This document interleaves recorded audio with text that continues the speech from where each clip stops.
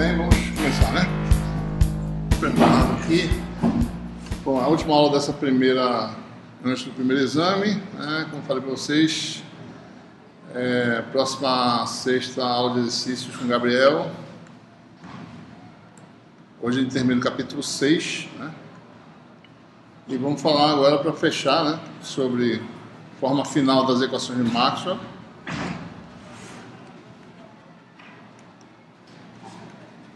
Vamos revisitar condições de contorno válidas agora no caso geral, né?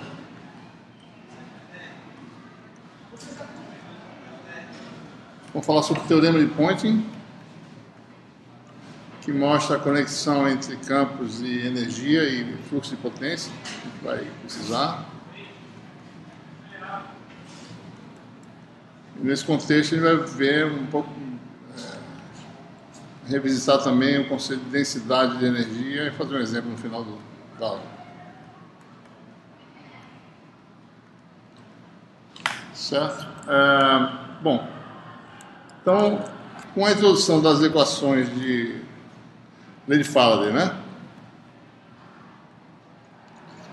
Que na forma diferencial dá uma rotação não nula para o campo elétrico, tem a ver com a taxa de variação da densidade de fluxo magnético. As equações, forma diferencial da lei de Gauss, tanto para o vetor densidade de fluxo elétrico quanto para o vetor densidade de fluxo magnético, está preservada, não mudou.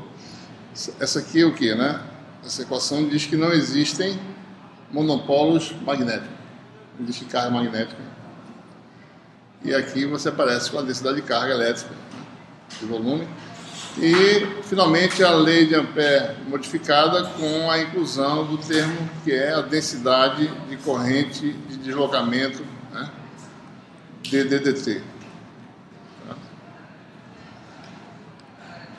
Bom, essas equações são válidas em qualquer meio, em qualquer situação, e elas precisam, né, dependendo do tipo de meio, das relações constitutivas, né? E as relações constitutivas fazem a conexão, porque observe, né, se você olhar, por exemplo, essas duas equações, são equações diferenciais em duas variáveis, digamos que você conheça, né, o lado direito, né, tanto essa função quanto essa. Então, as variáveis que você tem aqui são duas, então preciso conectá-las, né? Aqui também, né? B e H, precisa de uma conexão entre eles. Então, essas conexões são as relações constitutivas no meio material, que da forma mais geral possível são dessa forma, né? O vetor densidade de fluxo elétrico é dado por esse fator que é proporcional ao campo elétrico, aparece a permissividade elétrica do vácuo, mais o vetor polarização. E no caso magnético, o vetor densidade de fluxo magnético é a permeabilidade do vácuo, vezes a soma do campo magnético, o vetor, com o vetor magnetização do material. No vácuo, só lembrando para vocês, P igual a zero, pois não há dipolo elétrico, então o vetor polarização é nulo. Também M igual a zero. Quando existe matéria, não tem momento de dipolo magnético. M é a densidade de polo magnético e P é a densidade de polo elétrico. Se não tem dipolo nem magnético nem elétrico, essas quantidades seriam nulas. E no vácuo você teria D igual a ε0E, B igual a μ0H. Quem são essas constantes? Bom, nós sabemos, né? ε0, 8,854 vezes 10 a menos 12 unidades, né? Farad por metro. E μ0 é 4π vezes 10 a menos 7 Henry por metro. Bom, tem mais uma relação interessante, importante, que é a relação entre no meio que conduz, né?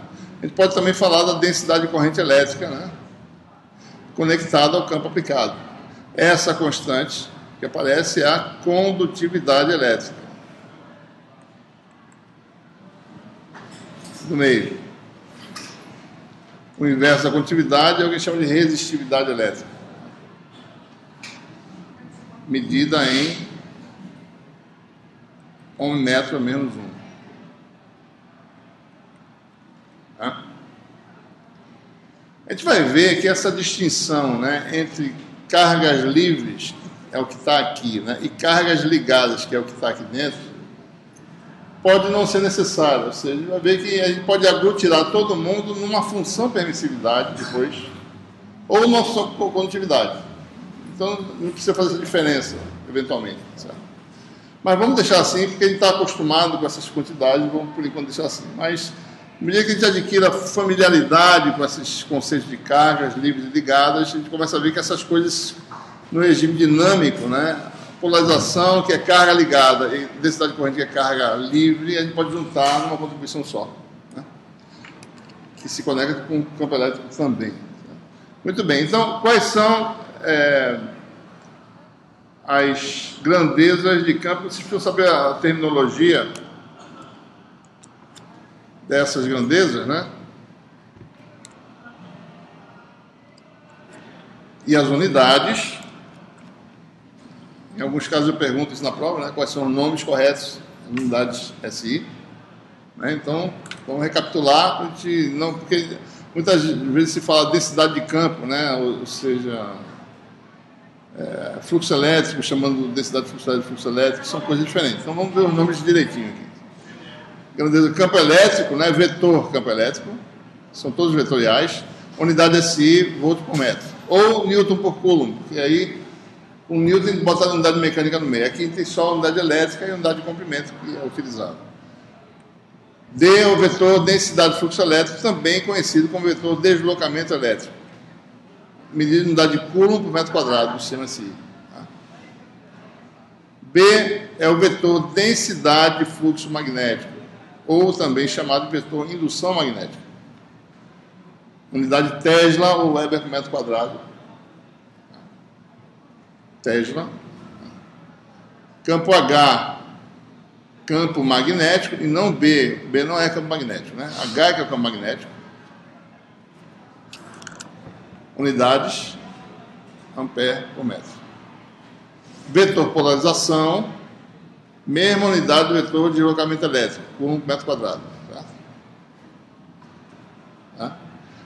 Por quê? Porque polarização, em algumas situações, quando termina numa superfície isolante, ela cria uma densidade de carga de superfície igual a mais ou menos a componente normal da polarização. Então, por isso que tem essa unidade aqui, por 1 metro quadrado, que é a mesma unidade de densidade de carga superficial. M é o vetor magnetização, mesma unidade do campo magnético, né? Ampere por metro.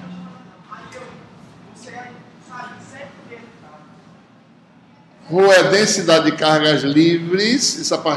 Essa palavra aqui é super importante. Quem sabe que existem cargas que são ligadas, que elas ficam presas aos átomos. Então, isso aqui tem a ver só com as cargas livres, né? As cargas que se movem, né, de um ponto a outro. Por exemplo, um elétron, um semicondutor e uma lacuna, né, são cargas livres. Né? Então, o seu carro realmente pode ir de um ponto a outro. Né? Um elétron que está preso a um átomo que oscila é uma carga, mas está ligada. Então, não é a carga livre. Então, não participa dessa definição de densidade de carga. Tá? Unidade de densidade volumétrica, né? Coulomb metro cúbico. Tá? Densidade de corrente livre também, né? Existem outras correntes materiais que são correntes atômicas que não aparecem nessa definição. Tá? Densidade de corrente é por unidade de área, per metro quadrado. Permissividade elétrica do vácuo, a gente já acabou de falar, né? O valor dela, e a permeabilidade magnética do vácuo. Certo? Então, essa é a tabela que a gente tem que sempre ler e saber direitinho a terminologia, a unidade assim, né? E muita gente faz o seguinte erro quando mexe com as equações de Maxwell, né? Pega isso aqui, certo? E escreve isso aqui, ó, divergente de D igual a ρS, onde S é Coulomb por metro quadrado, ou seja, densidade de carga de superfície, né? Que é uma coisa que a gente define também. Certo? Isso aqui é errado, certo? Dimensionalmente está errado. Né? Tem que ser por unidade de volume. Então, se você tem um problema, que você tem uma superfície de carga, certo? A carga só está na superfície, não na superfície. E aqui, por exemplo, é vácuo, aqui é vácuo, né? Aqui é ρS, certo? Então, a equação diferencial que descreve esse problema é divergente. Se você quer saber qual a conexão entre divergente de D e a carga do sistema, é divergente de D igual a 0. Certo? Porque aqui é 0, aqui é 0. E aqui é a carga de superfície que você leva em consideração nas condições de contorno. Mas não aparece nunca na equação diferencial. Então, isso é um erro comum que aparece, né? Ou então você tem uma corrente numa folha, certo? Estou falando ainda no caso estático, só para exemplificar, para a gente não esquecer isso. Tem a corrente de superfície K, né? Aqui vácuo, aqui vácuo. Daí você vai ver, bom, quem é rotacional de H nesse problema? 0. Seria J, mas não tem J nesse problema, tem K. J é medido em ampere por metro quadrado. K, por sua vez, não. K, por sua vez, é densidade de carga de superfície, densidade de corrente de superfície, ampere por metro. Então, aqui é 0. Ou seja, como é que a gente sabe que tem a corrente ali? Usando condições de contorno. É nas condições de contorno que aparecem essas coisas, essas idealizações, tá? Que não aparecem na nossa equação diferencial, pelo menos não agora, porque ele não usa algumas ferramentas que poderia usar para aparecer, mas com as nossas ferramentas matemáticas, é assim que se veria isso aí. Tá? Bom, as formas integrais dessas equações, né, são obtidas usando os teoremas de Stokes, né, e de Gauss. Tá? Que são quais? Né? Se você usa os teoremas de Stokes, né, integral de volume do divergente de um vetor é o fluxo desse vetor para fora do volume. Teorema de Gauss, né? E o de Stokes, que diz que é a circulação, ou a integral de superfície. Integral de uma superfície aberta S, né? Do rotacional de um vetor. É a circulação, controle escalar, né? Circulação desse vetor no caminho que limita a superfície.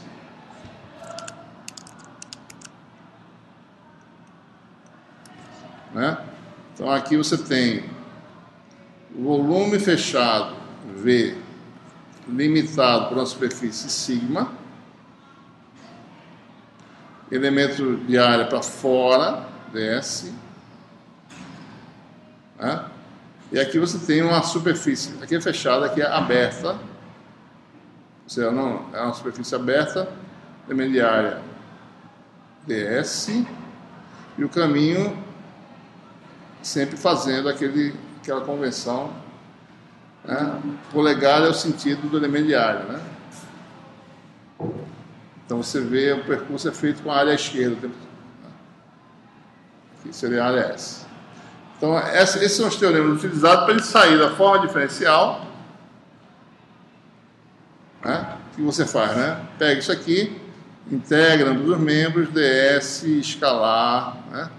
Integra aqui, certo? E aqui, por exemplo, usa o teorema de Stokes. E você vai ter uma relação integral. O que a gente obtém fazendo esse procedimento? Né? A gente obtém coisa que a gente já fez várias vezes aqui no curso, né? No curso anterior de eletromagnetismo 1. Né? Aqui estão os elementos, né? A conexão tem que ser bem conhecida, né?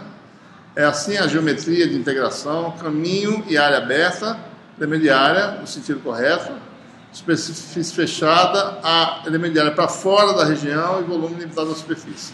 Então, com isso, você tem a forma integral da lei das equações de Maxwell. Agora, só observando aqui, aqui a derivada é parcial, porque aqui eu estou num ponto de espaço fixo, não existe variação de geometria, nem integração existe. Está falando de coisas diferenciais, ponto a ponto. Né? Então não estou pegando a superfície aumentando e diminuindo, estou no ponto de espaço, então só estou olhando as variações no tempo de B. Não existe uma grandeza integral chamada fluxo, por exemplo, que eu vario a geometria. Né? É só um ponto de espaço. Então aqui é derivada parcial, né? Porque é ponto a ponto, e aqui é a lei mais geral. Né? Na verdade, a lei integral é original, o resto consequência da integral. Isso aqui é a derivada total do fluxo, circulação do campo, né? Fm induzida é igual a, essa é a lei de Faraday, mesmo DDT, fluxo magnético. Fluxo elétrico igual a carga envolvida, nada mudou nessa lei. Fluxo magnético igual a carga magnética envolvida, que é zero. Né? E a circulação de H é a corrente de condução mais a corrente de deslocamento envolvida. Né? Então você tem aí, observe que a derivada total, né? Eu posso variar a geometria artificialmente também, ter uma variação no tempo dessa área. Certo? Então aí estão as equações de Maxwell, são essas 4 equações, mais as relações constitutivas e mais as condições de contorno para ele poder resolver essas equações. Observe que são, no fundo, né, relações integrais são interessantes, mas, em geral, as incógnitas estão dentro de integrais, né? E e B aqui no caso, certo? D, né? Geralmente você conhece as fontes, né? Você conhece a densidade de carga, você conhece a densidade de corrente, você quer saber os campos. As relações integrais são interessantes, né? São leis básicas interessantes, mas as incógnitas estão dentro de integrais. E equações integrais são mais difíceis de resolver. Né? Você tem que integrar algo que você não conhece. Né? Então, o que a gente faz? Em geral, a gente usa equações diferenciais, porque equações diferenciais você pode resolver ponto a ponto. Né? E aí, mas para resolver as equações diferenciais nessas grandezas, eu preciso saber como os campos se comportam em materiais diferentes. Precisa de quê? De condições de contorno. Certo? A gente precisa saber, você tem duas regiões, 1 e 2. Né?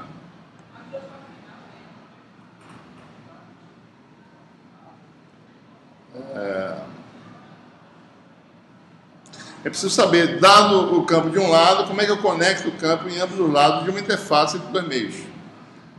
Então, essas condições que a gente deriva são super gerais, né? Não depende se o meio é linear ou não linear, ou isotrópico ou não isotrópico, as condições são gerais. Né? Essas condições vão estabelecer conexões de componentes normais de campo, componentes tangenciais de campo e assim por diante. Tá? Então, o que a gente vai fazer? A gente vai fazer uma forma integral um pouco diferente da forma tradicional das equações de Maxwell. Isso aqui nós temos um cilindro, né, de integração. Esse cilindro tem uma área de base diferencial, né, ΔS, e uma altura pequena. Então, a gente quer fazer, usar a integração, usar a forma integral das equações de Maxwell, e fazer, tem campo dos dois lados, né? Aqui você tem os campos do lado 2, vou chamar de F, né? Field, do lado 2, pode ser qualquer um dos 4 campos, e o campo do lado 1. A gente quer, esses campos têm solução geral, por exemplo, na equação diferencial, é isso que você tem, né?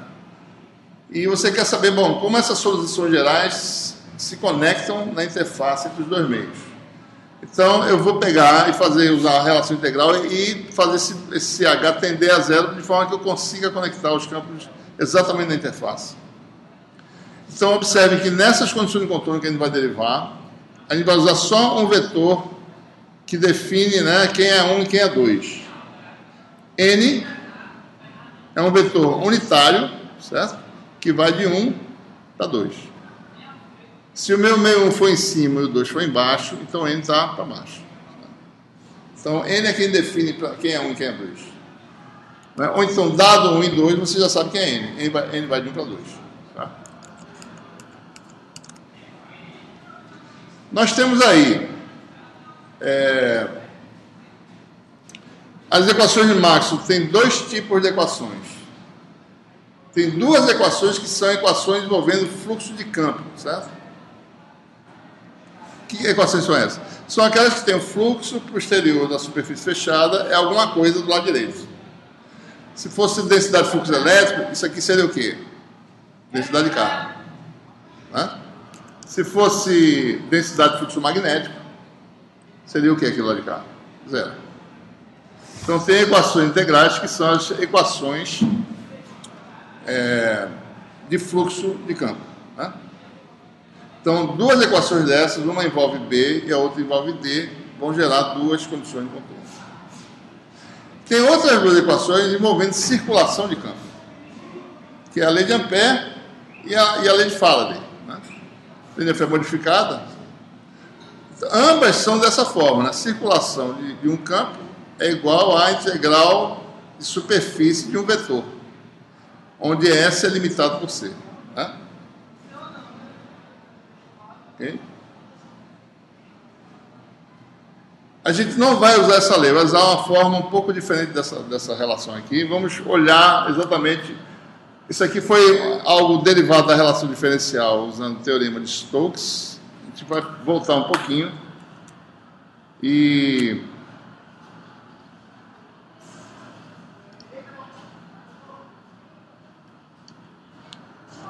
deixa eu só...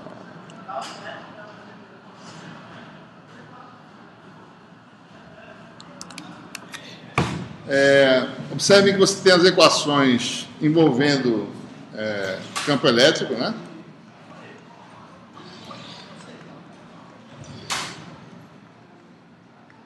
Ou campo magnético, né? Torcional de H, densidade corrente mais dt. São equações semelhantes, né? Então elas são mais ou menos da forma rotacional de um vetor F igual a um vetor no segundo membro, não importa quem é, pode ser esse vetor ou esse aqui, certo? Que eu chamei de G. Né? Então essas equações são desse tipo aí. Ambas equações que deram origem à circulação, equações integrais, são equações diferenciais que têm rotacional de um vetor igual a outro vetor. Né? Se eu integrar ambos os membros no volume, né, integral de volume, então observe que é um pouco diferente do que a gente faz normalmente.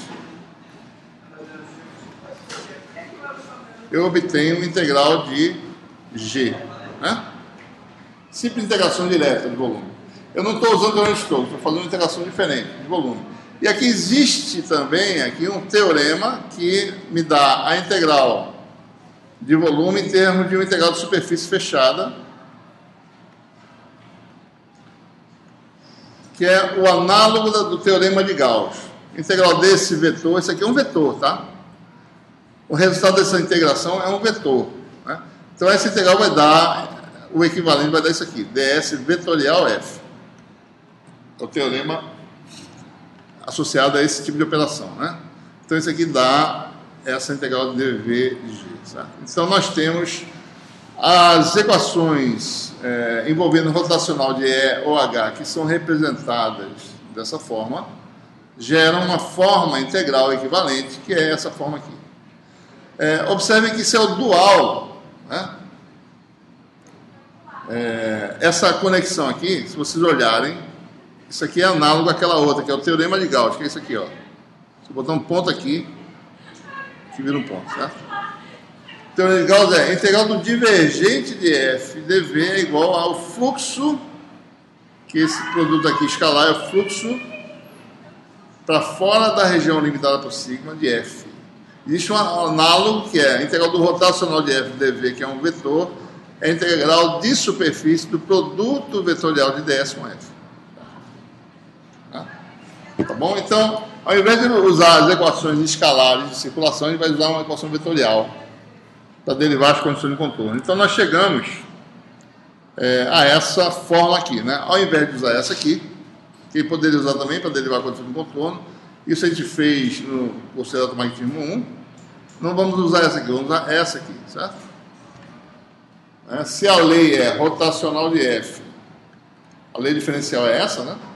Igual a um vetor G, então a lei integral pode ser escrita dessa forma aqui, ok? Então, são duas leis gerais que a gente vai usar para derivar as condições de contorno. Fluxo de um vetor para fora da superfície fechada é a integral de volume da função densidade que aparece no segundo membro. E a integral de superfície, que é também na mesma superfície fechada, certo? Só que a ds vetorial é uma integral muito semelhante. É muito semelhante às duas relações, né? G escalar aqui é G vetor. Certo? Então, observe que as quatro equações de Maxwell são dessa forma aqui, na forma integral, se você quiser. Duas assim e duas assim. Certo? Ok? Então, o que a gente vai fazer? Nas condições de contorno, sigma é a superfície do cilindro externa, a tampa de baixo, né? está aqui, e a tampa de cima. E V é o volume limitado por sigma. A gente vai fazer essas equações integrais e fazer o limite de quando H vai para zero. Então vamos fazer para essa forma aqui. Então o que a gente faz, né? Se eu for utilizar essa forma para um cilindro, deixa eu fazer aqui um desenho separado. Então aqui você tem aí mais ou menos um pedaço, esse cilindro está interceptando a interface, né? Está interceptando aqui numa área de base, a gente chama de ΔS. Aqui é o lado 2 e aqui é o lado 1. Então se eu calcular a integral do lado 2 e 1 de ds escalar F fluxo, né? Sigma, eu tenho a integral na superfície lateral de altura H, mais a integral na tampa de cima, mais a integral na tampa de baixo. Na tampa de cima, nós temos o F no meio 2. Né? E o ds nessa tampa de cima, né? Na tampa superior, o ds, né, ele é, como essa área é muito pequena, isso aqui vai ser mais ou menos ΔS N. Na tampa inferior, o ds vai ser aproximadamente ΔS vezes o vetor para baixo, né, que é menos N. Tá? Na superfície lateral, você vai ter um vetor radial aí, né, que não vem muito ao caso, não vai ser necessário explicitamente saber quem é. E você vai ter uma parte do campo do lado 2 e uma parte do campo do lado 1. Mas o resultado dessa integral vai dar o quê, né? Campo do lado 2. O resultado integral já é o produto escalar do campo com isso aqui. Vai dar campo no lado 2. Produto escalar com essa área. Mais campo do lado 1. Produto escalar com essa área aqui.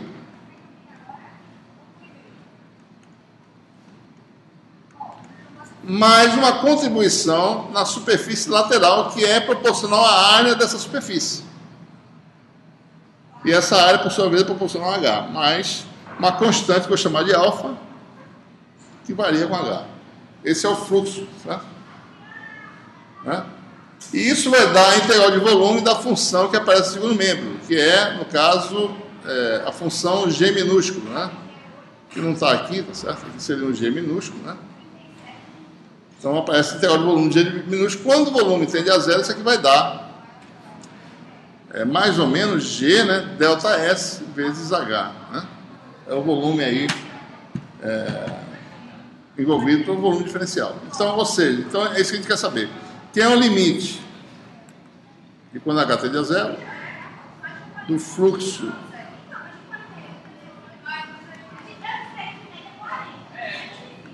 que é o limite de quando H tende a zero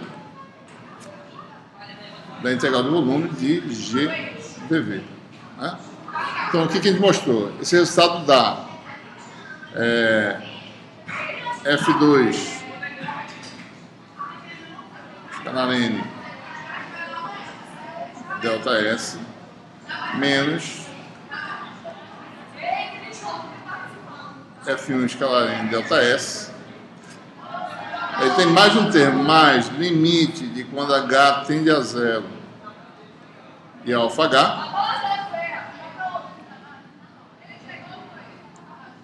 Daí você tem aí o limite da função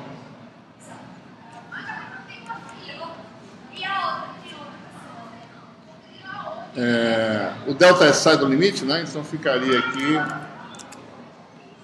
ΔS limite de quando H tende a zero do produto GH, né? Ok? Muito bem. Bom, observe, né? Isso aqui, essa constante, ela tem a ver com o campo F1 e F2. Campos, tá? Então, os campos existem em todo o espaço. Então, quando esse campo aqui, ele não se concentra na superfície. Então, eu não tenho campo de superfície, eu tenho campo distribuído. Quando H tende a zero, então esse termo aqui vai para zero. Tá? Então, no primeiro membro, eu vou ter delta S, N, né? Produto escalar com a diferença F2 menos F1, para interromper.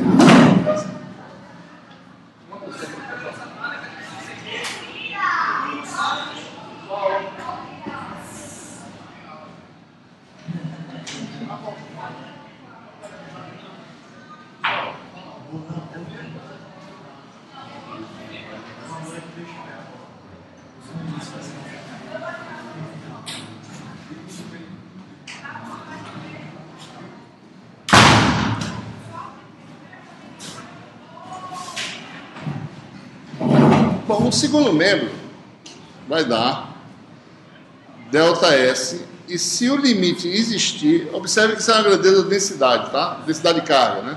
Por 1 metro cúbico, certo?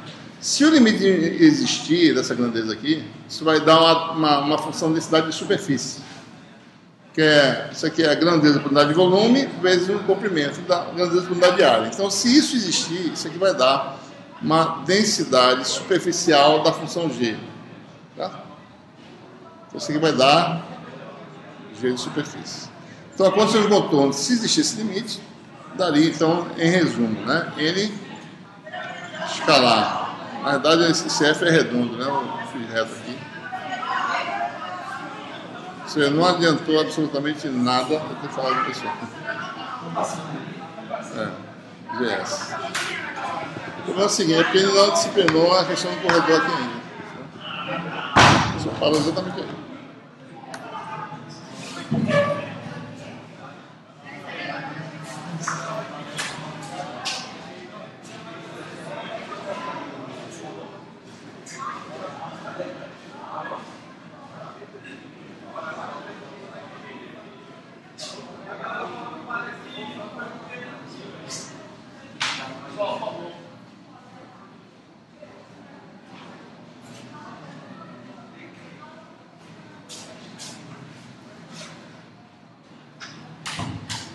Certo, pessoal? A condição de contorno derivada das equações de fluxo, né, de forma direta, é essa condição aqui. Tá?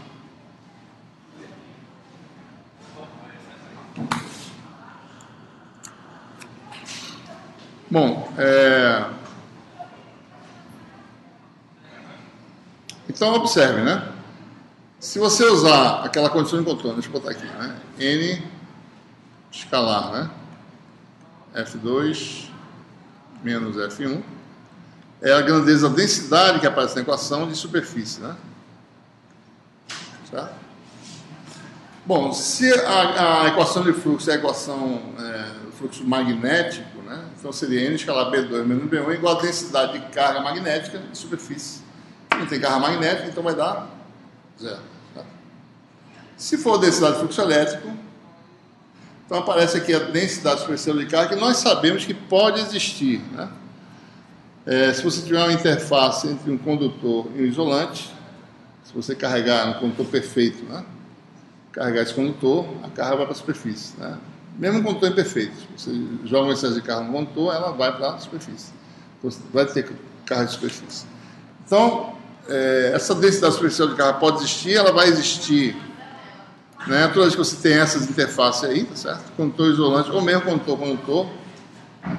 Por exemplo, você tem um fluxo de corrente num contato entre dois condutores, certo? Mesmo no regime estacionário, aparece a densidade superficial de carga. Esses são os famosos efeitos capacitivos, né, de contatos, né? Então, você quer minimizar esses efeitos para o seu circuito ter mais velocidade, né, para não diminuir a velocidade do circuito. Então, essas densidades de carga de superfície existem, né? É importante observar que no regime estático, né, a gente viu nos exemplos de eletromagnetismo que você pode especificar a densidade de carga de superfície independentemente e obter o campo a partir daí, né? Como é que é isso? Bom, eu tenho uma esfera condutora, aplico potencial V, C é a carga da esfera e a carga está uniformemente distribuída, então você tem uma densidade ρS igual a especificada, né? Q sobre 4πa2. E disso eu obtenho o campo. Qual é o campo de uma esfera carregada com densidade superficial dada por isso, né? Então isso é muito isso ocorre muito, né? Então, no regime estático, isso pode ser especificado independentemente de você obter os campos. No regime dinâmico, vocês vão ver isso com o passar do uso dessas equações, os campos são independentes do conhecimento dessa densidade diferencial de carga, e no fundo ela que é determinada a partir dos campos. Então, no caso dinâmico, você resolve os campos e não precisa no fundo não é necessário essa condição de contorno aqui. Porque no fundo você não conhece o ρS, no caso dinâmico. Você calcula todos os campos, no final vai ver, bom, quem é a descontinuidade na componente normal, né? Porque isso aqui é a componente normal de D, certo? Quem é a descontinuidade? Se ela existir, ela é a densidade de carga de superfície na superfície condutora, né, que existir no seu problema. Certo? Então a gente vai ver, toda vez que for resolver um problema envolvendo campos dinâmicos, a gente nem vai olhar para essa condição de contorno. Ela é importante conhecê-la, mas no caso dinâmico ela não é necessária. Mas ela é usada para quê, né? Bom, uma vez determinados D1 e D2, eu descubro quem é o S dessa condição aqui. Certo? Muito bem. Bom, então voltando aqui no nosso caso, no nosso caso das grandezas que envolve circulação de campo, a gente modificou a forma integral, que é a dual do teorema de Gauss, né? Então, esse aqui você tem a integral na superfície fechada do produto vetorial é igual à integral da função g que aparece no segundo membro da equação de Maxwell. Isso aí, na equação de Maxwell, vocês observem, né? No caso, só, por exemplo, né? O rotacional de E é menos dBdt. O rotacional de H é J mais dDdt. Então, observem que você tem um termo que é um termo que não é derivada de tempo e outro termo que é derivada no tempo. Aqui não existe um termo que não tenha derivada, né, nesse termo aqui, certo? Aqui só tem derivada no tempo. Ou seja, essa função g pode ser escrita dessa forma, né? Um termo que não tem derivada parcial no tempo e outro termo que tenha. Se for a equação para o campo elétrico, né? O lado direito é menos dBdt, né? Então, num caso, por exemplo, na lei de Faraday, você teria R igual a zero e T igual a menos B, né? No caso da lei de Ampère, R seria lei de Ampère, né? Modificada. Você teria R igual a densidade de corrente e T seria a densidade densidade de fluxo elétrico, né? Então, eu posso... essa é a forma geral. O meu vetor G, nos dois casos, pode ser decomposto assim, né? Então, essa equação, na realidade, pode ser escrita dessa forma que pega os dois casos, certo? As duas relações por rotacional geram essas formas integrais aqui. E vamos agora, de novo, né, aplicar essa equação para o cilindro diferencial.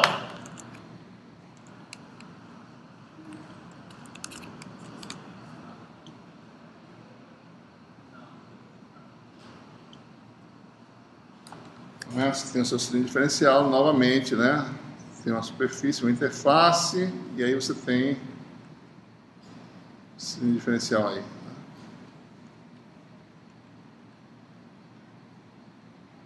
Altura H, certo? Talvez meio 2, meio 1, N vai vir para 2. A área é delta S. Então, ao lado esquerdo da equação aqui é a integral de ds vetorial F. O raciocínio é muito parecido com o anterior, só que agora as coisas são vetoriais, né? No limite de quando H tende a zero, dessa integral, primeiro membro, isso aqui vai dar o quê, né? Vai dar esse vetor, produto vetorial com F do lado 2, já no limite, porque esse resultado não depende de H, né? Então, isso aqui vai dar delta S, né? N vetorial F do lado 2, Do lado de cá vai dar menos delta S, N, vetorial F do lado 1. E uma contribuição lateral, que é proporcional a H e que é um vetor. Né? Então, é bem semelhante. Vou botar, inclusive, o mesmo símbolo. Mais um vetor chamado de alfa, proporcional, e o termo é proporcional a H. Mas, na realidade, isso aqui seria mais limite de quando H tende a zero do vetor que dá na natureza vetorial do resultado lateral vezes algo que é vezes o comprimento H. Né? E no segundo membro, a integral de volume vai ser o quê? Né? Limite de quando H tende a zero. A gente está usando aqui RdV e dT/dV. É muito simples, né?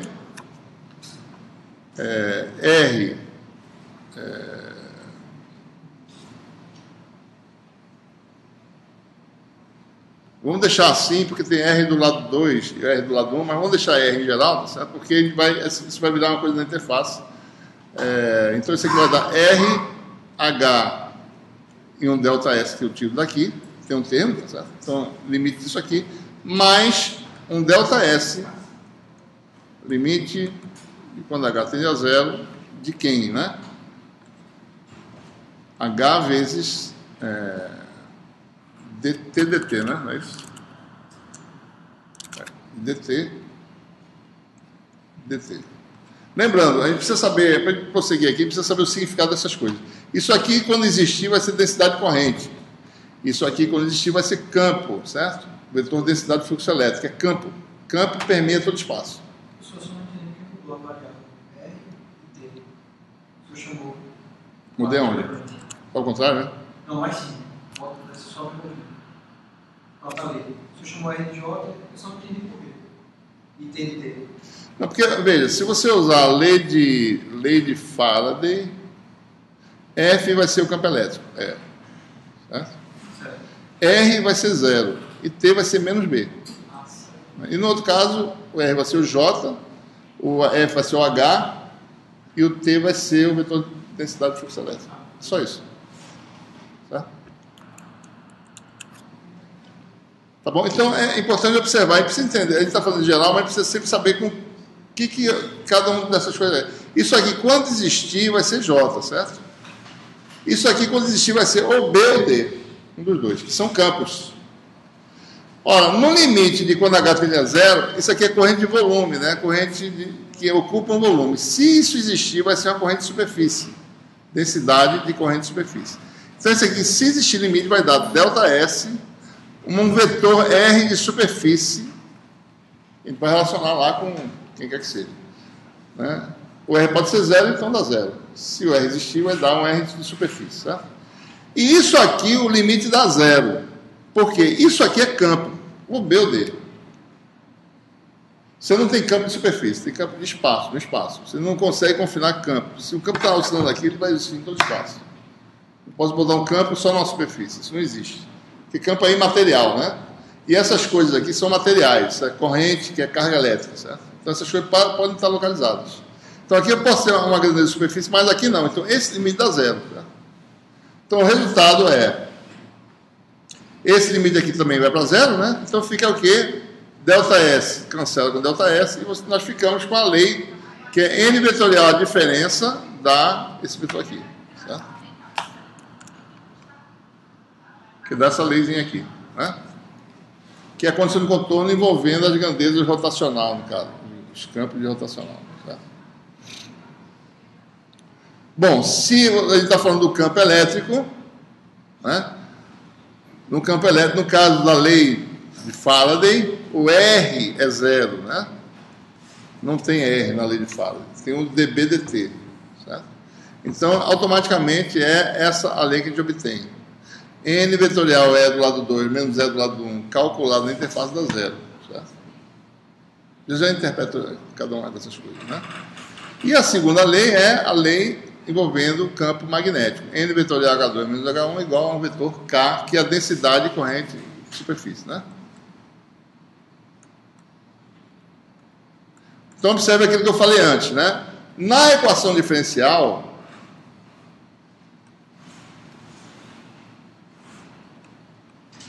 você de fato tem uma superfície de corrente,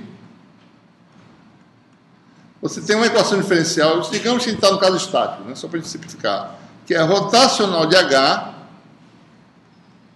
igual a 0.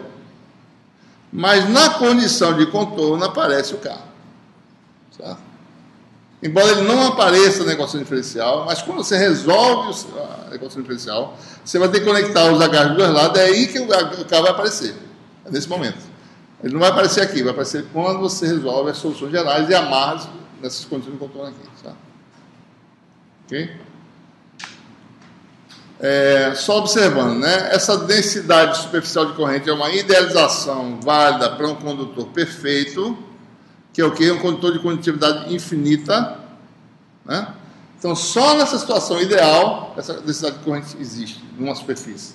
Ela não se espalha no material. Mas no caso real, os campos se distribuem em volumes, né? Condutores, e não há densidade de corrente de superfície. Ou no caso dinâmico, né? O campo penetra dentro do condutor, certo? Ele vai penetrando, a extensão depende da frequência. A frequência aumenta, a gente vai ver isso aí, né? Que a penetração começa a diminuir, mas a corrente se distribui numa pequena região do condutor. Então, rigorosamente, a corrente de superfície não existiria num condutor perfeito, imperfeito, né? Certo?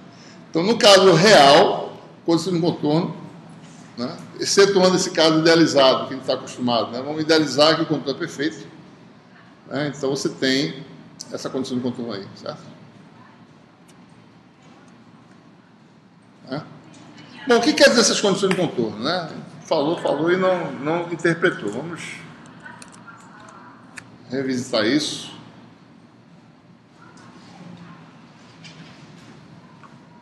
Por exemplo, voltando lá, né? N escalar, vamos falar para o B, né? B2 menos B1, né? Quer dizer que o B normal do lado 2, na interface,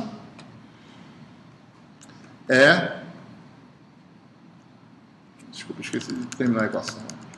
Aqui, igual a zero. Isso quer dizer que B do lado 2, normal, né? Componente normal de B, é igual a componente normal de B do lado 1. É só na interface. Então, se você fizer uma função que me dê o campo B normal, essa função tem que ser como? Aqui é a interface, certo? Digamos que essa aqui é a coordenada normal. Eu estou me movendo, né? Aqui está a interface. Digamos que eu estou... Isso aqui é um comprimento ao longo, uma coordenada que vai ortogonal à interface. Então, eu estou calculando B do lado 1 e B do lado 2. Aqui é o lado 1. Aqui é o lado 2, né? Então, B é uma função, né? B normal é uma função que varia, certo? Chega aqui e faz alguma coisa, né? E aqui começa agora o B do lado 2. O B do lado 2, normal, tem que ser o mesmo. Varia de outra forma, né? Mas aqui essa função é contínua. A derivada não precisa ser contínua da função, mas a função em si é contínua, certo? Pode ser um bico aqui, por exemplo. Pode fazer isso, né? Fazer isso. Derivada dá uma coisa aqui, dá outra coisa aqui, certo? Mas elas se emendam continuamente. No caso do D, né, existindo densidade de carga superficial, então a condição que nós tivemos foi N escalar D2 menos D1 igual a ρS. Né? Então, o que nós temos aí? Certo? D do lado 2 normal menos D do lado 1 normal é uma descontinuidade de ρS. Ou caso não exista densidade de carga superfície, há continuidade. Então, o que a gente faria? Teria uma função, né?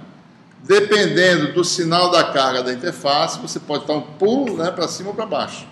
Se ρS for positivo, por exemplo, né, então você vem aqui do lado 1 e vai para o lado 2, então você vem para cá, e de repente você tem que pular, né, de ρS, digamos, para cá, para ir para o lado 2. Né? Esse pulo aqui da componente normal de D, que é esse que a gente está fazendo aqui, D normal versus a coordenada normal, é a quantidade ρS, que tem a mesma unidade, né, com 1 metro quadrado, certo? Se ρS for negativo, o pulo é para baixo, né, um salto para baixo. Você cai de ρS, certo? Mesma coisa para o campo E e para o campo H. O campo elétrico, Isso aqui é N vetorial, o vetor diferença igual a 0. Isso quer dizer que esse vetor é paralelo a esse. Certo? O vetor diferença é rigorosamente paralelo ao vetor normal. O que quer dizer isso? Você pega a interface, que está normal, lado 1 e lado 2. Então, pega o campo do lado 1 e bota ele aqui. Vamos traçar o campo do lado 1, certo? Esse aqui vai dar um campo, digamos, que faz isso. O campo do lado 1, eu só estou desenhando ele, não quer dizer que ele está existindo no lado 2, não. Eu só estou desenhando ele, a ação do campo, e traçando ele aqui no mesmo espaço, tá certo? Esse aqui não é 2, é 1, certo? Digamos que o campo 2, vou traçar o campo 2 aqui, o que ele tem que fazer? O vetor de diferença é 1 menos E2, ou E2 menos E1, vou botar o... Tem que ser tal que a diferença dê um vetor paralelo. Então, eu tenho que terminar o vetor E2 numa linha, né? Ele é um vetor bem definido, mas eu sei só que ele termina numa linha, né? Que é paralela a essa linha aqui, normal. Por quê? Porque o vetor de diferença é o vetor que vai de cima para baixo, aqui no caso.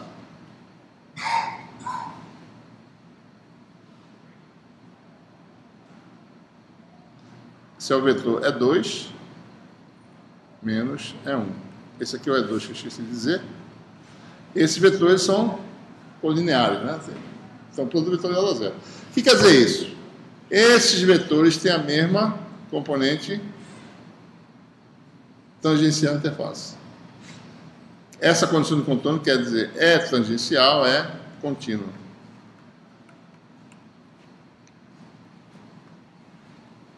Certo?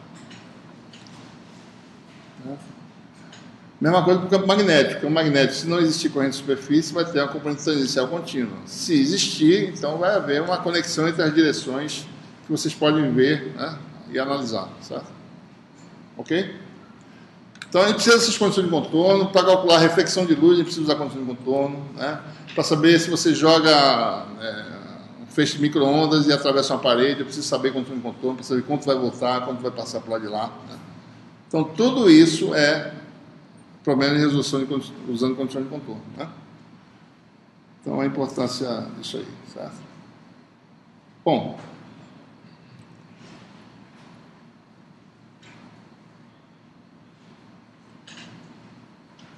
a gente tem agora,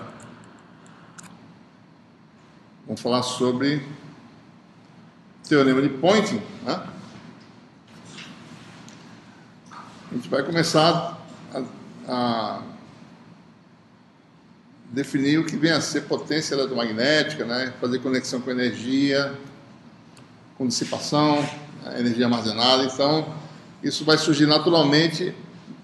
A gente vai definir uma grandeza, né? E essa grandeza vai mostrar as expressões da energia, vão aparecer, que a gente já conhece. Então, essa grandeza é esse vetor.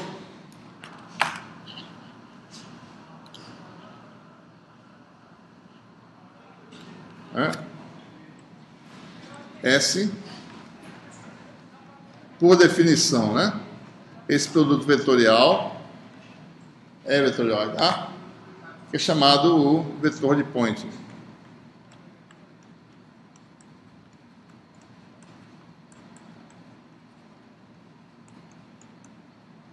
Qual é a dimensão desse vetor, né? Só a gente olhar aqui, né? Dimensão de S é a dimensão de E vezes a dimensão de H. É medida em quê? Qual a unidade é no sistema assim? Campo elétrico? Unidade do campo elétrico no sistema aqui. Volts por metro. E H? Ampere por metro. Volt vezes ampere dá o quê? Watts por metro quadrado, né? Então, esse vetor tem dimensão de densidade de potência, né?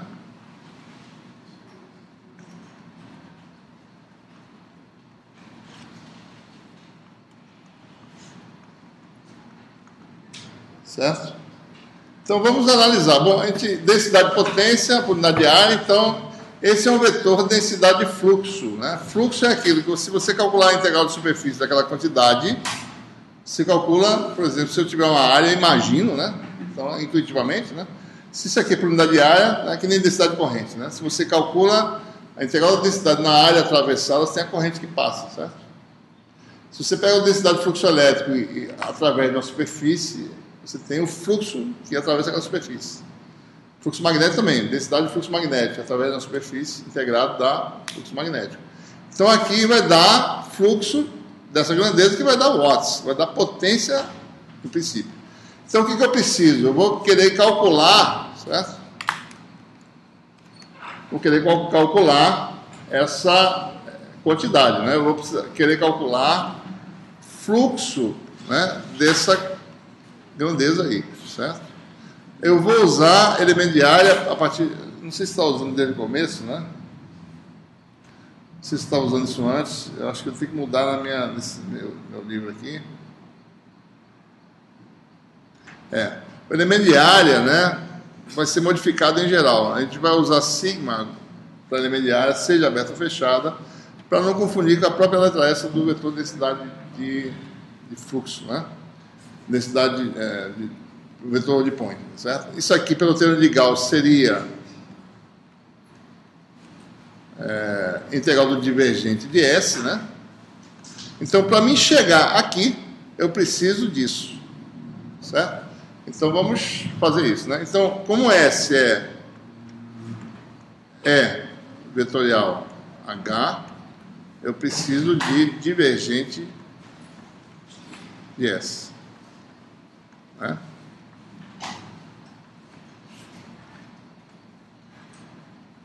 Isso aqui existe uma identidade vetorial que permite expandir esse divergente. Vamos usar essa identidade, né?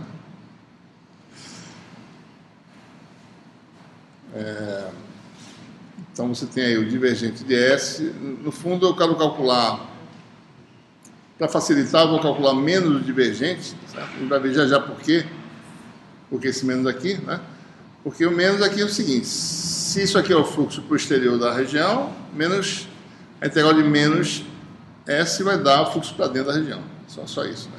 Isso vai permitir interpretar isso corretamente. Então, esse aqui vai dar menos... depois eu boto o sinal. Assim. Bom, isso aqui vai dar, expandindo, divergente do produto vetorial, vai dar...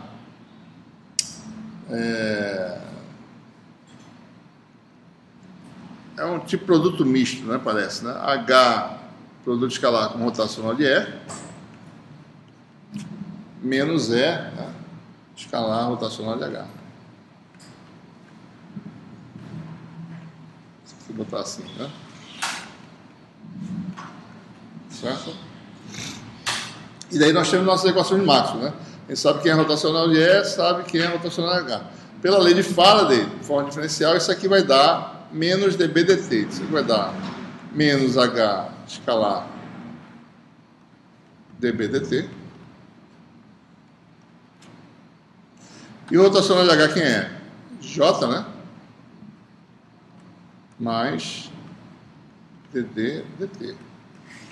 Então isso aqui vai ficar menos E escalar J menos E escalar dd dt. E aí você fica com essa... deixa eu ver se ela está aqui. Está aqui, né?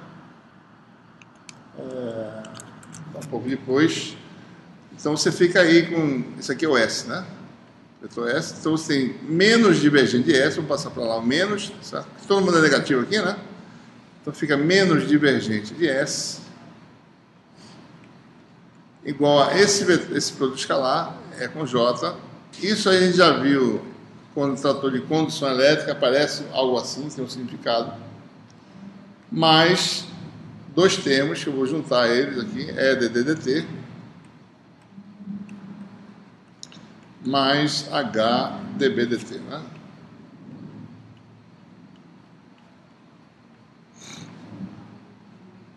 Certo?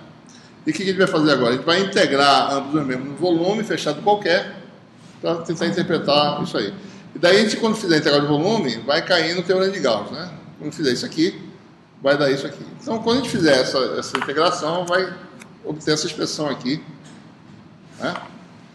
Isso aqui é o fluxo para o interior de um volume fechado, limitado por uma superfície sigma. Deixa eu fazer aqui pequenininho, certo? Superfície elemento de área dá para fora, né?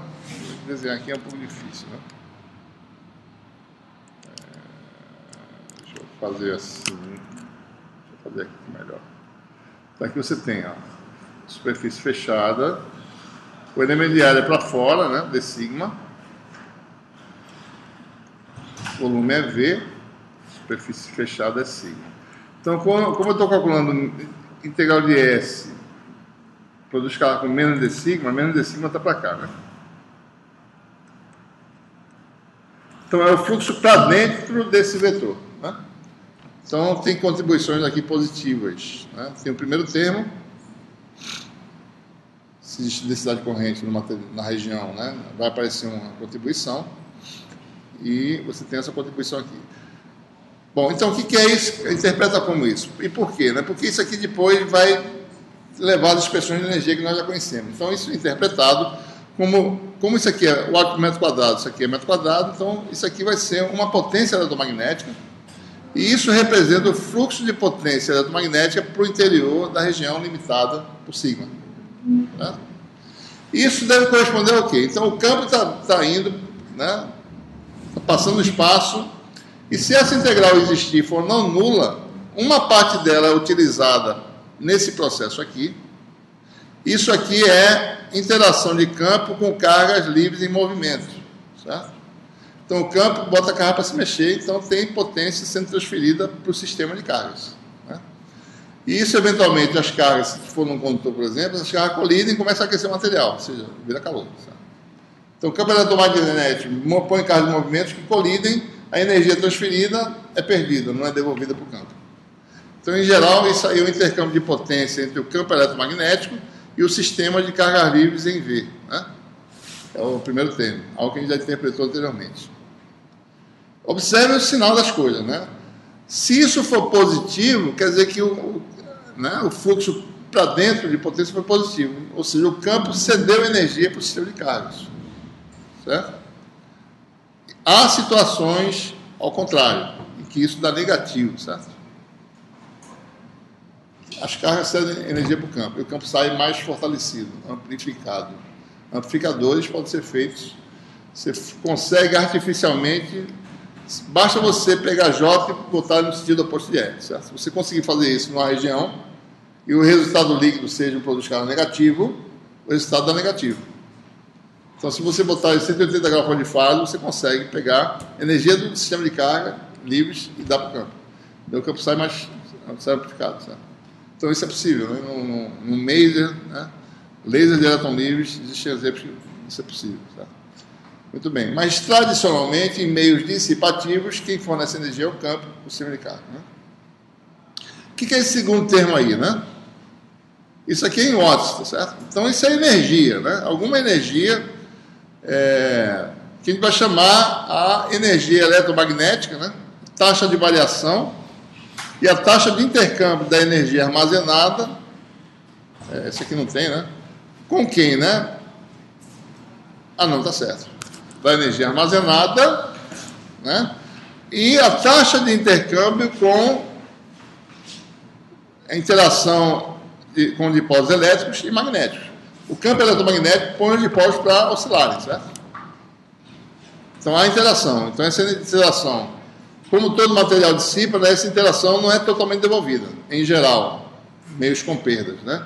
Mesmo não sendo condutores, um meio dielétrico, digamos assim, se você oscila um campo eletromagnético nesse material, esse material põe os dipósitos para se oscilarem, mas aí há eventos, né, que eles transferem parte da energia para outras formas de energia, acústica, por exemplo, ou perde em forma de calor, então toda a energia não é devolvida, não tem dissipação. Tá? Mas isso aqui seria o termo de energia armazenada. Se o não tiver dissipação, isso aqui fica oscilando, né? Campo da energia para os dipolos, energia devolvida, e assim por diante. Você não vai ter perda de energia no processo. Perdas vão ocorrer como a gente vai tratar nesse curso, tá certo? Então, a taxa de variação de energia seria isso aí, né? Vamos olhar com mais calma. Se você quiser, você pode escrever dessa forma aqui, né? Deixa eu escrever aqui. Então, a gente está falando o seguinte: a taxa de variação da energia armazenada, né? W maiúsculo é M dt, é a integral de volume dessa soma, né? E dB dt mais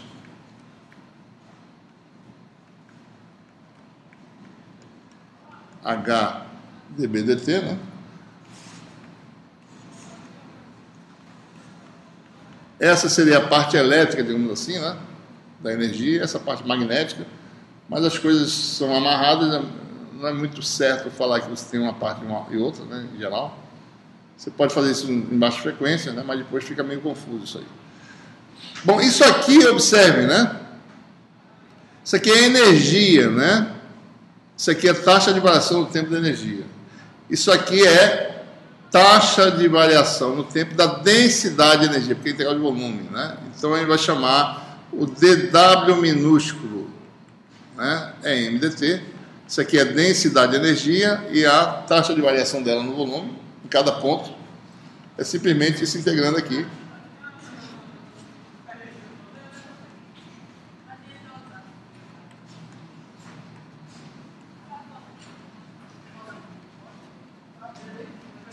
Né? E aí você tem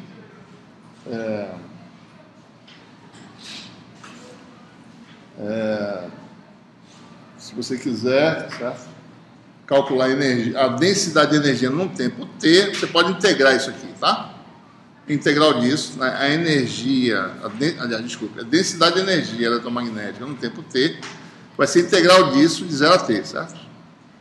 No tempo zero, a energia, você quer saber quanto variou a energia entre 0 e t, basta integrar, né?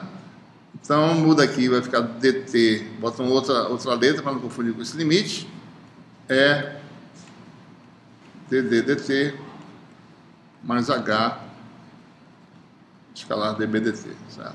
Vou interpretar isso mais ainda, né? Então observe, né? A densidade de energia que é esse W minúsculo, né? Pode ser escrito assim, né? WE mais WM, densidade de energia elétrica e densidade de energia magnética, onde W é quem? É essa integral aqui. Observe, né? Com essa introdução aqui, a energia fica, né? W maiúsculo é a integral da densidade de energia, né? Que é calculada assim, por integração. Esse conceito de densidade de energia foi introduzido já antes, né? No curso anterior, certo? Eletromagnetismo 1. Né? E se você quiser calcular, né? W é quem é, né? Densidade de energia elétrica seria integral de 0 a t de dt' é escalar dd dt, dt', aliás, no caso, né? E o Wm também seria, densidade de energia magnética seria dt' h escalar dB dt', tá? Olha, a gente pode fazer mudança de variável, né? Eu posso dizer que num tempo dt, a variação de d é o quê? Isso vezes isso aqui, né? Variação de d é, vou botar outra letra aqui, delta d, igual a dt' dd dt. Então eu posso fazer uma mudança de variáveis, ao invés de integrar no tempo, integro no espaço de estado que a gente falou anteriormente. Tá? Então isso aqui vai dar o quê? Digamos que no tempo t o valor final de d é atingido, então isso aqui no fundo é a integral de 0 ao valor final de d de E escalar, vou botar aqui de novo, diferencial de d, né? Onde o diferencial de d é isso vezes isso. E aqui também, né? Isso é integral de 0 ao valor final de b, né? Porque a variável de integração é b, de h escalar delta dB, né? Então isso aqui é a integral do espaço de estado, tá? Aquela integral que a gente falou primeira aula, ou na segunda aula. Certo? Então a gente pode fazer assim também, né, conceitualmente. Certo?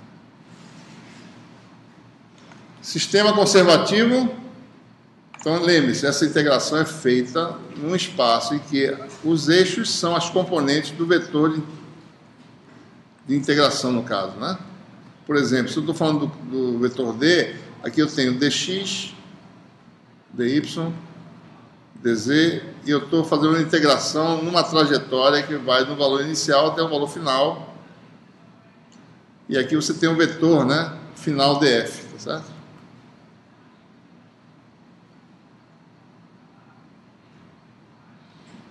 Esse aqui é o valor final. E esse é o integral de linha, né? Então, o integral de linha, esse aqui é o vetor D, diferencial de D, né? O campo elétrico tem um valor, faz o escalar com esse D e calcula essa integral dessa trajetória. Se esse resultado independer da trajetória, é um sistema conservativo, certo? A gente vai ver já já o que isso quer dizer. Tá? Então, isso aqui, se a integral fechada no espaço de estado for nula, sistema conservativo, certo? Não há dissipação. A gente vai ver que existir um valor não nulo para isso quer dizer dissipação, certo? Mesma coisa aqui, né? Conservativo, no caso do campo B, é H escalar dB igual a zero, certo? Tá bom? Então vamos analisar esse termo de energia com mais detalhe agora para alguns casos, certo?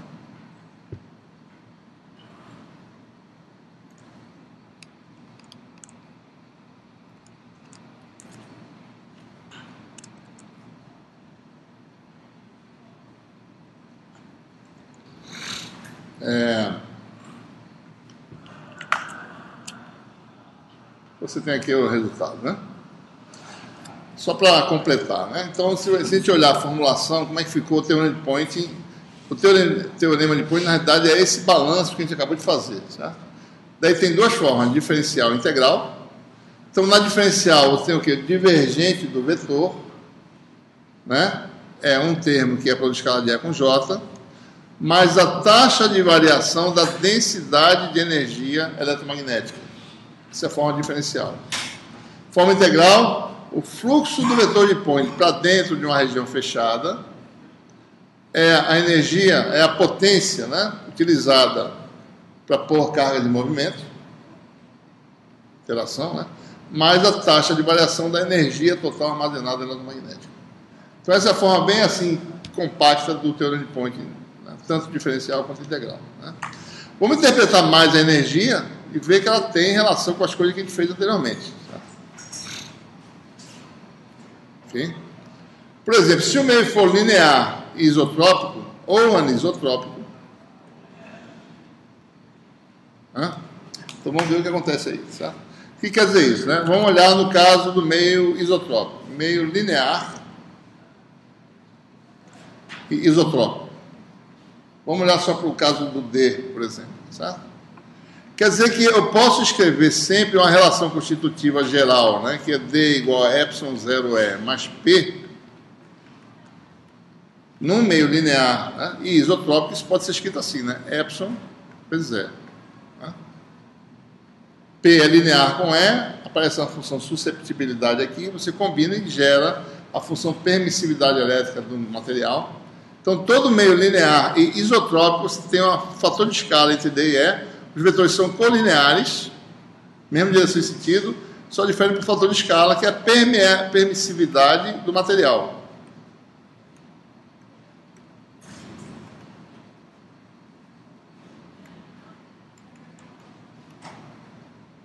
Né? E outra coisa, se ele é isotrópico, isso aqui é um escalar, é um epsilon, tá? Escalar, parâmetro escalar. Então, como é que é a integral de 0 até o valor final de D, né? De E escalar delta D. Vai dar o quê? Ora, D é epsilon, diferencial. Isso aqui é um D, na realidade, né? Deixa delta mesmo. Diferencial de D, ou seja, uma variação de D, diferencial, me produz uma variação proporcional de E. Né? Isso aqui é epsilon, delta E. Então, faça a mudança de variáveis, parametrize em função de E, certo? Então, DF vira EF. Então, isso aqui vai dar integral de 0 Então, o valor final de E, epsilon é escalar delta E. Né? Esse é o integral simples de calculado, certo? Integral você pode quebrar em componentes. É x delta x mais é y delta y mais é z delta z. Né? Cada uma é integral de x é x, do tipo x é x. Vai dar o quê? Quadrado sobre 2. Vai dar a soma dos quadrados de x com y com z sobre 2, que dá e ao quadrado. Ou seja, isso aqui vai dar epsilon é escalar E sobre 2. É o que? Final, né? O valor final de E. Tá? Essa é a integração. E epsilon é quem? É D. Então, isso aqui vai dar 1/2 de D final escalar E final. Eu vou tirar o subscrito agora, não precisa mais. Quer dizer o seguinte, no meio linear e isotrópico, a densidade de energia é 1/2 de D escalar E. Certo? Essa é a relação que a gente obtém, que nós já conhecíamos. Para ver que tem sentido. Se eu fizer por caso magnético, vai dar a mesma coisa. 1/2 de B escalar H. Tá? Que é a relação que a gente obteve já nesse curso de eletromagnetismo 2. Né? Energia, densidade de energia é produto de BH sobre 2. Tá? Se o meio for anisotrópico, bom, e linear, né?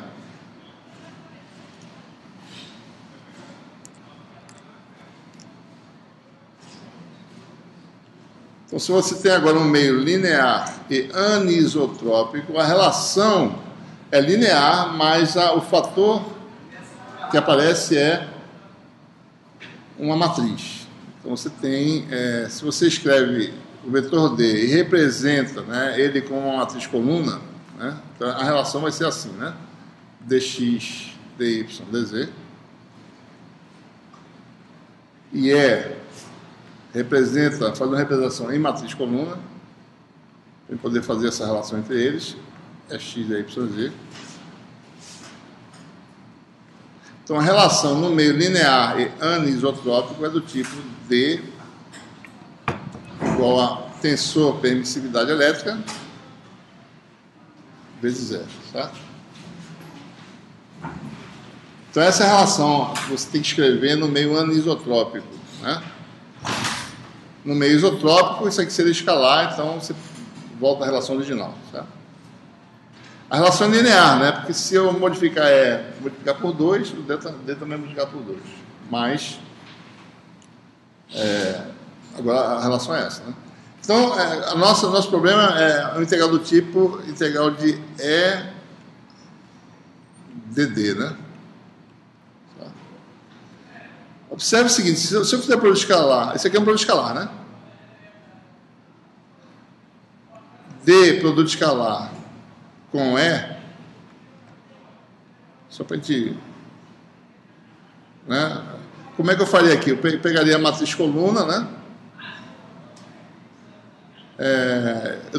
Eu fazia uma operação para botar ela horizontal e multiplicaria pelo E, certo?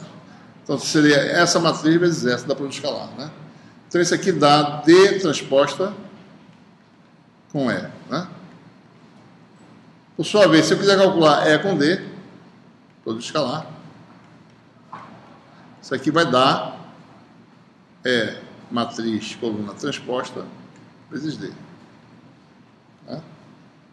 Essas coisas são iguais, certo? Então, essas quantidades têm que ser iguais, ou seja, D transposta é igual a E transposta D. Né? Então, se eu usar a relação D igual a epsilon E, né? Então, isso aqui vai dar D transposta epsilon matriz 3 por 3 E transposta desse produto vezes E igual a E transposta epsilon matriz E. Certo? Então, essa igualdade tem que ser verificada. A transposta do produto é o produto das transpostas trocadas. Né? Isso aqui vai dar E transposta, epsilon transposta, igual a mesma coisa. E transposta, matriz epsilon. Ou seja, isso tem que ser igual a isso, né? A matriz epsilon de um sistema linear isotrópico é igual a sua transposta. Faltou falar uma palavra. Num sistema linear isotrópico e sem perdas. Se o meio tiver perdas, eu nunca posso escrever nenhuma relação do tipo D igual a epsilon E, certo? Se eu tiver perdas, isso aqui não é verdade, nem no caso normal, certo? Eu nunca vou... A gente vai ver por quê também nos cursos, mas eu nunca vou poder escrever D igual a epsilon S se o meio tiver perdas. A gente vai ver o que é perdas. Perdas dielétricas, certo? Porque isso aqui vai ser uma função do tempo, isso aqui não vai ser exatamente a mesma função do tempo. Nunca tem um fator de escala entre os dois. Tá? Então, no meio linear, anisotrópico, sem perdas, a matriz epsilon, eu só posso falar em epsilon na realidade se o meio não tiver perdas, né? No regime variando do tempo, então a matriz epsilon transposta é igual a epsilon. Por que tudo isso? Porque isso permite eu escrever o seguinte: E escalar delta D é igual a E matriz transposta delta D matriz, certo? Isso aqui é E transposta. Isso aqui é epsilon E, tá certo? Isso aqui vai dar epsilon delta E, né?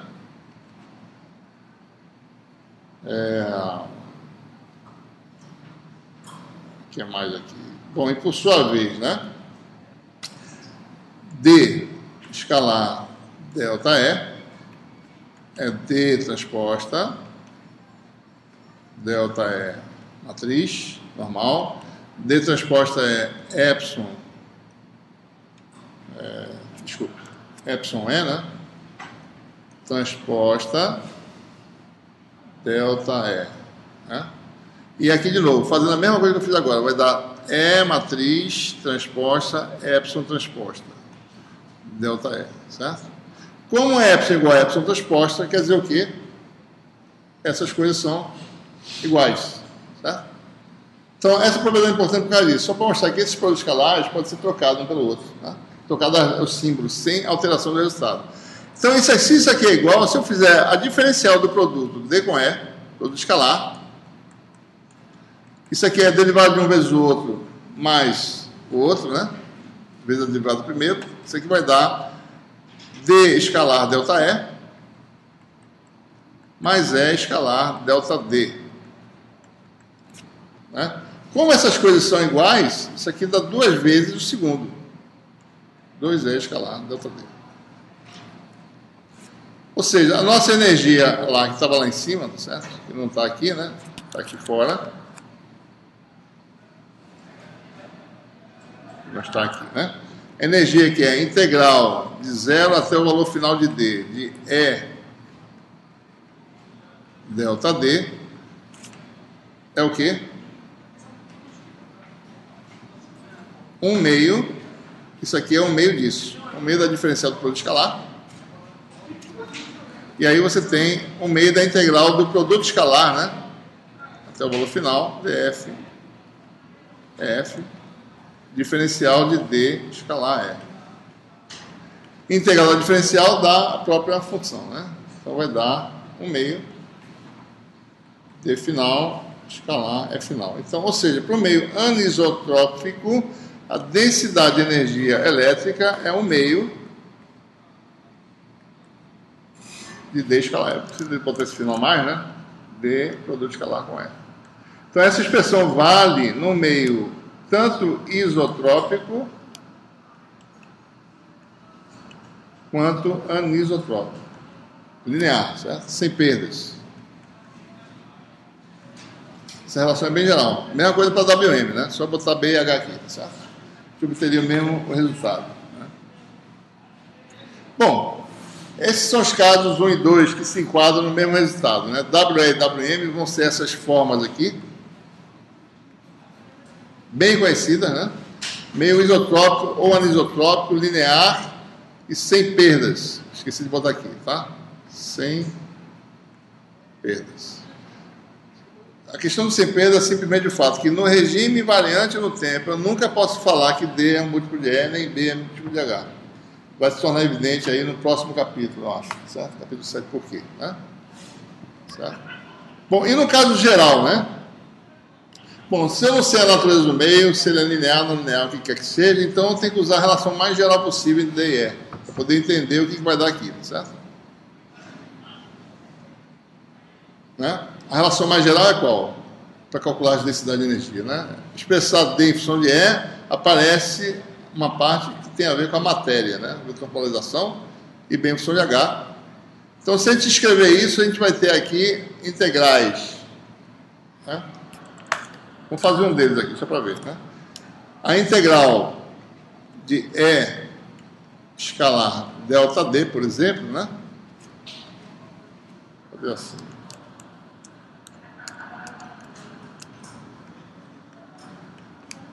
Do valor inicial até o valor final, vou botar F aqui, tá? Então, quem é D, né? É epsilon 0E mais P. Então, vai ser integral de 0 ao valor final, que depende de quem é a variável de integração, é escalar diferencial de epsilon 0E mais P. Isso aqui vai dar o quê? Bom, vai ter uma integral aqui, né? De 0 ao valor final da grandeza sendo integrada, que é epsilon 0 é escalar DE, né? Mais integral de 0 ao valor final de mais um epsilon 0, né? É escalar diferencial de P. Certo? Essa integral aqui é fácil calcular, né? Vai dar integral de x é x, x2 sobre 2. Só que é pelo escalar. Aqui vai dar epsilon 0, 1 meio de E escalar E, módulo de E ao quadrado, né? E fica uma integral agora envolvendo a interação, né, do campo com os dipolos elétricos no material. Algo semelhante é obtido no caso magnético. Então, se a gente fizer as contas com o caso magnético, vai dar essa expressão geral aqui, ó. Vai ter um termo que tem a ver só com a permissividade elétrica do vácuo, valor final da grandeza de campo elétrico, valor final do H, e aparece o termo de interação do campo, né, com a magnetização no meio e do campo elétrico com a polarização no meio. Tá? Isso aí a gente pode ir até aqui só no caso geral, né?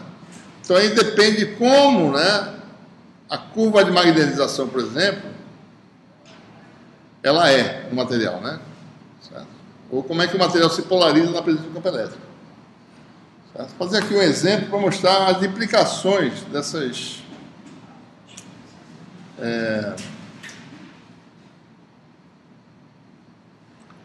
dessa questão aí. Vamos analisar, por exemplo, certo? O caso por que a gente fala que materiais que têm esterese têm perda, né? Vamos analisar por quê, certo? A gente agora sabe como calcular a energia, a variação de energia, né? No material magnetizado, por exemplo. Vamos olhar, então, o material estritamente magnético. Olha no caso DC, tá certo? Aqui está a expressão que a gente precisa analisar, né? Tem esse termo aqui e tem esse termo aqui magnético, né? Então, suponha que você tem um material que tem esse comportamento aqui, né? Você tem aqui não está mostrando as linhas, tá certo? Esse aqui é um gráfico, né, de M versus H, ou seja, você tem um cilindro, por exemplo, um cilindro magnético, né? Você enrola esse cilindro com um fio, passa uma corrente, você tem um cilindro, né, magnético, não linear, né, material ferromagnético, você vai e enrola isso aqui, faz um enrolamento, né?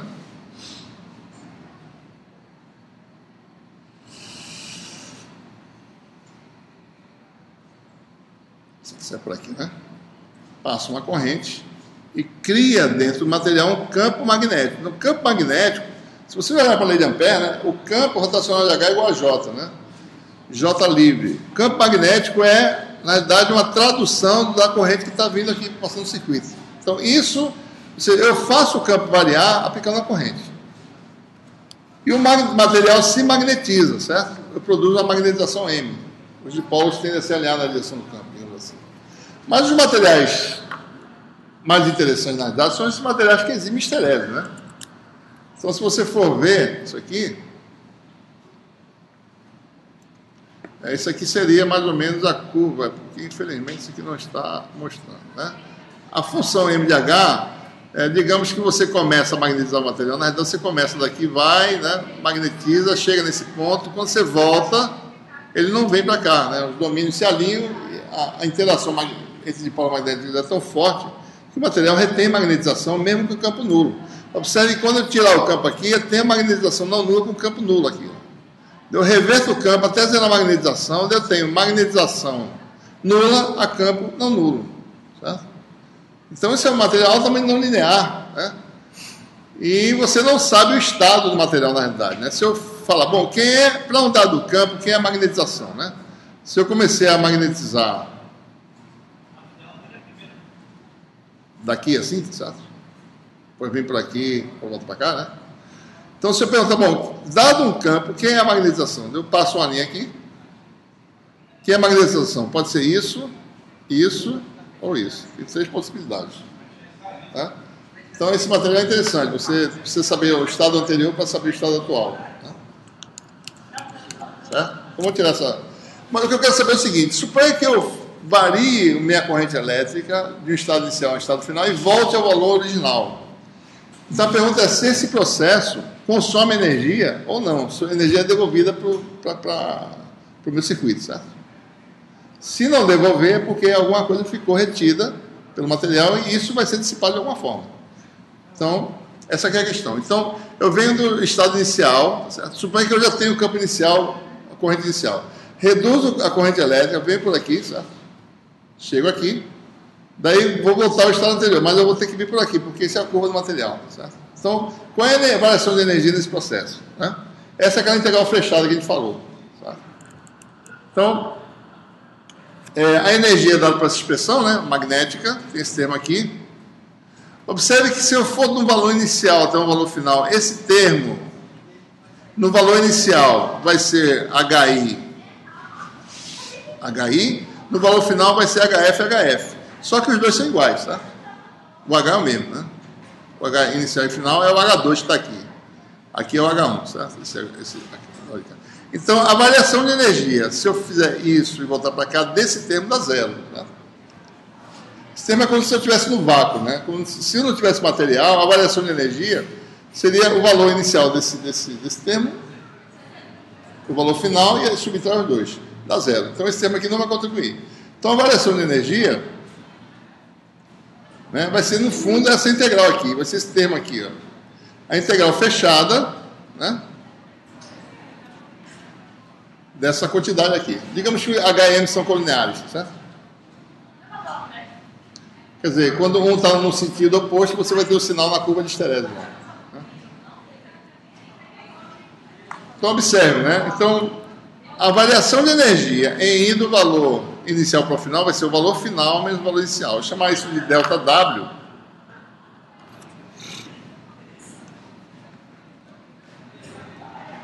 Isso vai ser igual a integral fechada, né? Indo do valor inicial até o valor final. Tem um zero aqui, né? H dm, né? Observe, né? DHM, né? Regra da cadeia, né? É HDM mais MDH, né? Então eu posso fazer mudança de variáveis aqui. Então essa integral fechada vai ser a integral fechada disso aqui menos essa, né? Por que eu estou fazendo isso? Porque, em geral, eu aplico o campo e vejo a resposta. Então, a variável independente, na verdade, é o H. Certo? Qual é a variação desse termo entre o valor inicial e o valor final? Ora, se eu estou no valor inicial, ele vale H2 vezes o valor de M nesse ponto aqui, certo? Se eu dou uma volta e volto para cá, vai dar H2 vezes o mesmo valor. A variação é quanto? Vai dar zero. Então, a integral disso aqui dá zero, certo? Então, isso aqui vai ser μ0, integral fechada, do produto de diferencial de HM menos esse termo aqui. M0, integral fechada do valor inicial ao valor final de M dH, né? Isso aqui dá zero, né? Porque o valor final é igual ao valor inicial, produz os dois, isso aqui dá zero. Ou seja, a gente obtém esse resultado. Essa integral de H de M é menos a integral de M dH, né? Que é esse resultado aqui, tá certo? Né? Ou seja, a variação de energia ΔWM é a integral fechada de I até F menos, tem um M0 na frente, vou botar aqui, tem um M0 que eu esqueci, para ver, né? Dá menos M0 M dH, certo? Agora a minha variável independente de H e M é a resposta, certo? Está aqui a resposta. Se não é errado aqui.